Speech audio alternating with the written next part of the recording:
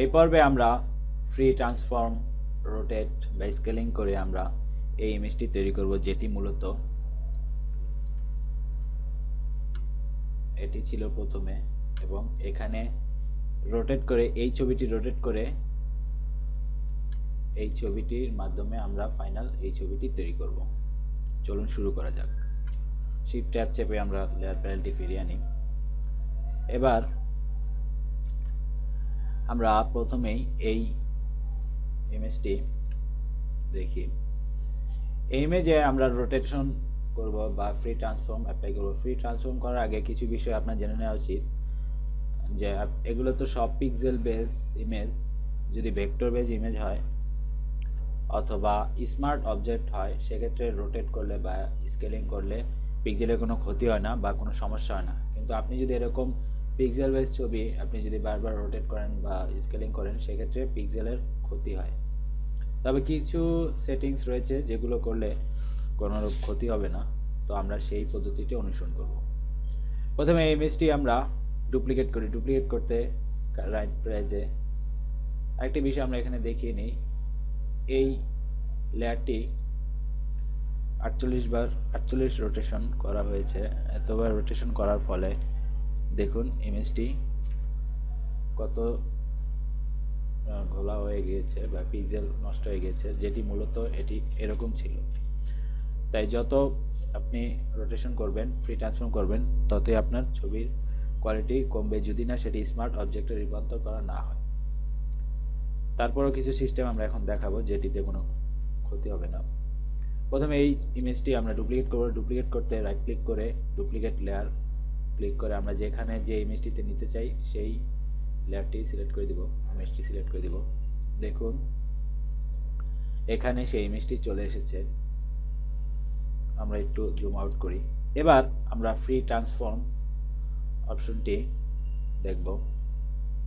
Edit মেনুতে গিয়ে এখানে ফ্রি ট্রান্সফর্ম বা কন্ট্রোল টি, যেটি আমরা আগে অনেক ব্যবহার করেছি।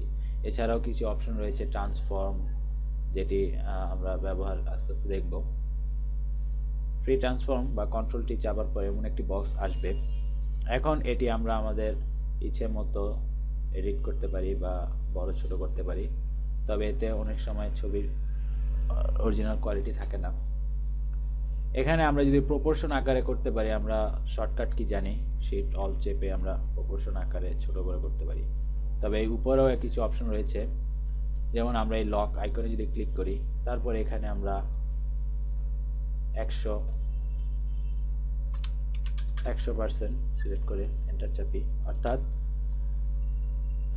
ওয়াইডও 100% এবং হাইটও 100% হবে প্রপোর্শন আকারে। এবার আমরা এটি যদি, তবে এটি আমরা এখন রোটেট করলে আমরা পিছনের ইমেজটি কিন্তু দেখতে পাচ্ছি না, যার কারণে আমরা হুবহু ম্যাচ করা আমাদের জন্য সমস্যা হয়ে যাচ্ছে। তাই এটি সমাধান হচ্ছে এখান থেকে ব্লেন্ড মোড মাল্টিপ্লাই সিলেক্ট করে দেওয়া। এবার আমরা আমাদের প্রয়োজন মতো রোটেট করে, যেমন আমি এখানে এই হুবহু এটি সমান খাপে খাপ বসালাম। এবার এই চিহ্নটি আমরা যদি ড্রাগ করে এখানে সিলেক্ট করে দিই, তাহলে আমার সেন্টার পয়েন্ট সেখানে হবে। তো আমরা আমি যদি এখন রোটেট করি, সেখান থেকেই রোটেশন হচ্ছে, দেখছেন? তো এভাবে আমরা এই অপশনটি সিলেক্ট করে কাজে লাগাতে পারি। এবার আমরা এন্টার চাপি, অথবা এবার আমরা একটু জুম করি। জুম করে দেখি যে এটি ম্যাচ হয়েছে কিনা। মনে হচ্ছে কিছুটা নাচ করা লাগবে, অর্থাৎ অ্যারো কি দিয়ে কিছুটা ঠিক করা লাগবে। কন্ট্রোল চেপে আমরা এরকম মুভ টুলটি আনতে পারি, অথবা এখান থেকেও সিলেক্ট করে নিতে পারি। তো আমরা এটি যদি রাইট ক্লিক, রাইট অ্যারো কি বা আমাদের প্রয়োজন মতো, আমরা মোটামুটি ঠিক পর্যায়ে রয়েছি। এবার আমরা আবার 100% বা কন্ট্রোল 0 চেপে আমরা ফুল স্ক্রিন করি। এবার এই লেয়ারটি আবার ডুপ্লিকেট করে এই মাঝের এটি সমান তৈরি করব।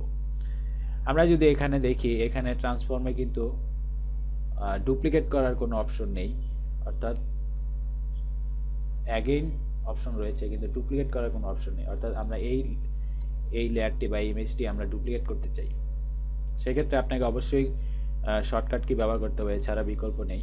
আমরা এটি ডুপ্লিকেট করতে কন্ট্রোল অল্ট টি চাপি, দেখুন একটা ডাবল অ্যারো এসেছে। এবার আমাদের ডুপ্লিকেট হয়ে গিয়েছে, যেমন আমরা আরেকটি ইমেজ দেখতে পাচ্ছি। এবার এখানে আমরা এই তালা আইকনে ক্লিক করি, সিকল আইকনে ক্লিক করে এখানে আমরা 68 সিলেক্ট করে যেটি এটি সমান হবে এন্টার দিই। এবার এটি মুভ করে আমরা বরাবর এটি সমান রাখি। ম্যাচ হয়েছে কিনা আমরা জুম করে চেক করি। ম্যাচ যদি নাও হয়ে থাকে সেক্ষেত্রে আমরা এভাবে মাউস এবং কিবোর্ডের সাহায্যে আমরা এটি কাপে কাপ বসাতে পারি।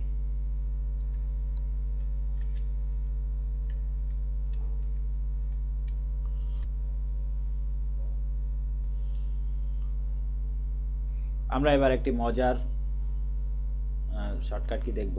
আমরা এটির অনুরূপ এটি ডুপ্লিকেট করেছি, এবার এটিকেও আমরা এটির মতো ডুপ্লিকেট করব, কিন্তু কোনো রোটেশন করা ছাড়াই, কারণ আমরা এক বরাবরই রোটেশন করছি। সেটি হচ্ছে কন্ট্রোল অল্ট শিফট টি। এটি যখন চাপবো দেখুন হুবহু এখান থেকে ডুপ্লিকেট হয়ে এখানে আরেকটি লেয়ার তৈরি হয়েছে। এটি যা এই আগেরটির মতোই অনুপাতে আমরা আরেকটি লেয়ার পেয়েছি। এবার আমরা এই তিনটি লেয়ার, এটি ক্লিক করাই রয়েছে, এবার শিফট ক্লিক করে এই তিনটি লেয়ার একসাথে সিলেক্ট করি। তারপর লেয়ার প্যানেলে গিয়ে অ্যারেঞ্জ রিভার্স, অর্থাৎ বড় মাঝারি ছোট এটি আমরা উপর নিচ করলাম, যেটি নিচে ছিল এটি উপরে রয়েছে। এবার এই তিনটি লেয়ারের উপরের লেয়ার কালার এটি আমরা সিলেক্ট করি।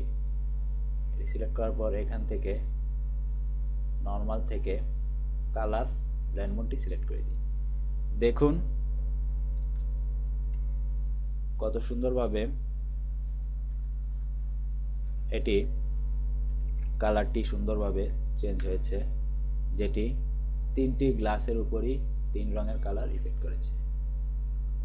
আশা করি রোটেশন সম্পর্কে আপনাদের অনেক বিষয় জানা হয়েছে। পরবর্তী পর্বে আরও বিস্তারিত জানানো হবে।